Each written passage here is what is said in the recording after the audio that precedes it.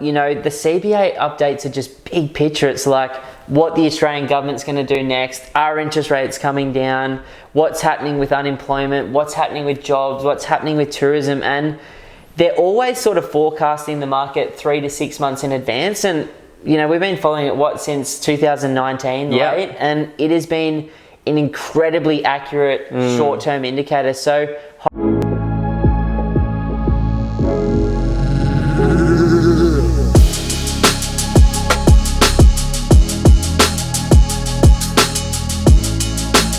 now we get super into researching the market, making sure that we've got our finger on the pulse, making sure that we're understanding what's happening in the Australian property market at absolutely any given time. So today we're going to break down some of the resources, some of the analysts that we follow on a monthly basis to make sure that we know exactly what's going on. I get way too much into the data, as everyone knows.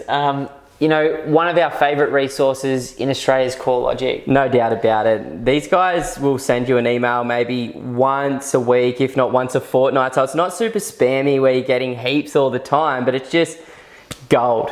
Absolute gold. Like, I've learnt from them that houses have outperformed units in Australia. I've learnt from them that metro markets have outperformed regional. They normally have incredible data around vacancy rates and the connection between supply and demand. One of my favorite things to do once a month is look at their quick 7 to 8 minute video on YouTube as well, their indices report on how each of Australia's capital cities are going. So thank you so much, Tim and the guys over there, like absolutely smashing it, and just such good data. Like, they collect everything. They feed realestate.com. like, they're the guys. And this is completely free. You can literally just jump onto Google, type in CoreLogic, RP Data, and subscribe to their email newsletter. Simple as that. Love it. Now the next one is SQM, which is really cool. They give you real-time updates on vacancy rates all the way around Australia, capital cities, everything that you need to know. They also go into a lot of detail about auction clearance rates, and generally on the little left-hand side of their email, they'll do a little blog or a little post about, you know, something that some property expert is saying at any given time, which is pretty cool too. You know, I like their stuff, and what I like to do is I like to overlay some of the long-term capital growth stuff from like RP Data against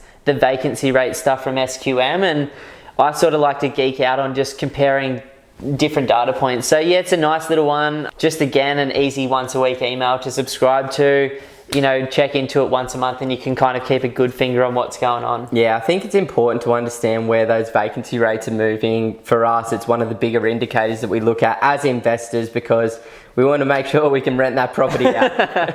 The next one is Phil Anderson. So I think it's Property Share Market Economics. We subscribe to his, we pay for his annual subscription. Oh, absolute gold. You know, 250 years worth of ideas being shared with you. He's constantly pointing out things that are going on, not just in Australia, but globally with the market.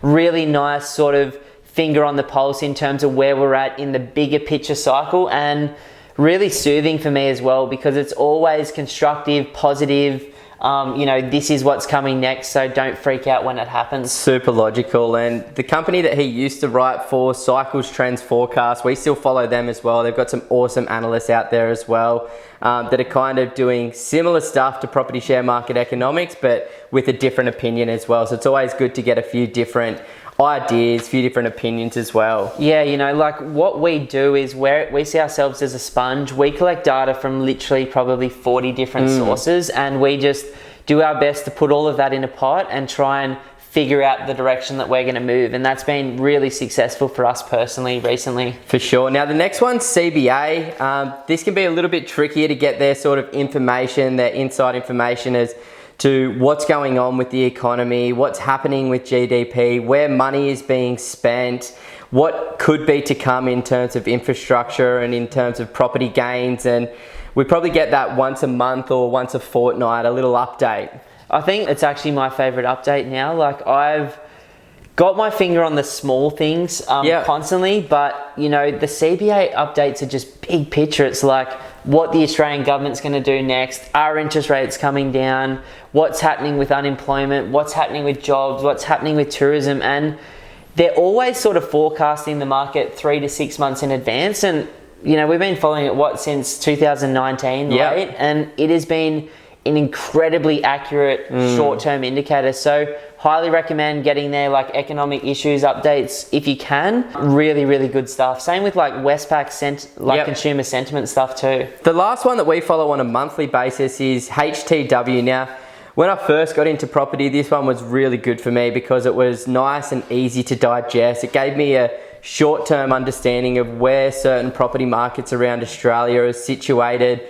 Right now, it's insane. Basically, every single market in Australia is somewhere between the start of recovery and approaching the peak of the market, which is, I just opened it up and I'm like, this is insane. Like everywhere in Australia is just crushing it right now. Legitimately everywhere is going up right now at the same time. Yeah, so they're really interesting. Once again, free subscription, HTW's month in review. Simple as that. You get a little bit of a breakdown of each market around Australia and get an understanding of what could be coming over the next few months in those areas. You know, some of the other stuff that I like to follow that aren't the more like newsletter subscription-y stuff is I like the guys at the Property Couch. We're a buyer's agent, they're a buyer's agent. I really like their podcast in particular. There's some good stuff. Oh yeah. I like some of the stuff on Property Update. Is it Michael Yardney, who's another buyer's agent, stuff like he's got incredible writers on all sorts of different things, which I've always found useful. Same with the guys at Propertyology, sorry, like an incredible blog where they write some really cool and different stuff. You know, I like to keep a finger on what's going on. I like some of the videos that Nathan Birch does over there at Be Invested too. Like, we're not big enough to say that there's other people doing this stuff, and we collect different ideas from so many different sources to try and, you know, put that into a better decision-making process for ourselves. Yeah, exactly. And there's a few books that, you know, we've read in the beginning to learn a little bit more about the property market, whatever it might be. I think just learning is the best thing, you know, and that's what I've just jumped head first into over the last 4 years. Just like, how can I figure all of this sort of stuff out? How can I use this to my advantage? And, you know, first and foremost, best book of all time to learn about investing is Rich Dad Poor Dad by Robert Kiyosaki. I'm sure most people that are listening to this have already read that book. So perfect, awesome, everybody should. If you haven't, definitely go out there and grab that one.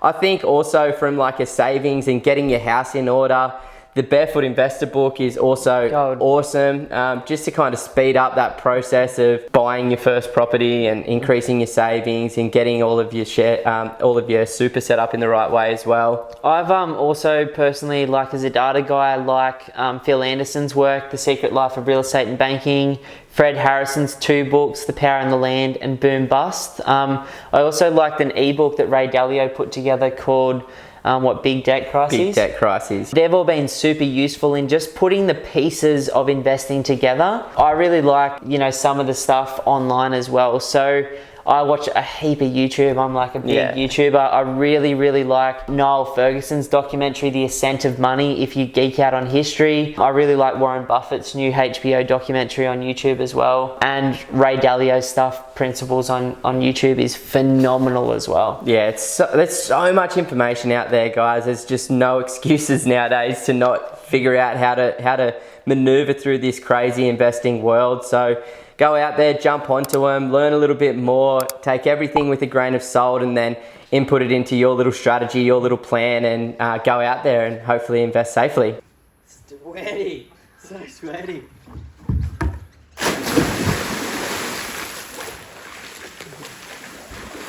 Oh, that's good.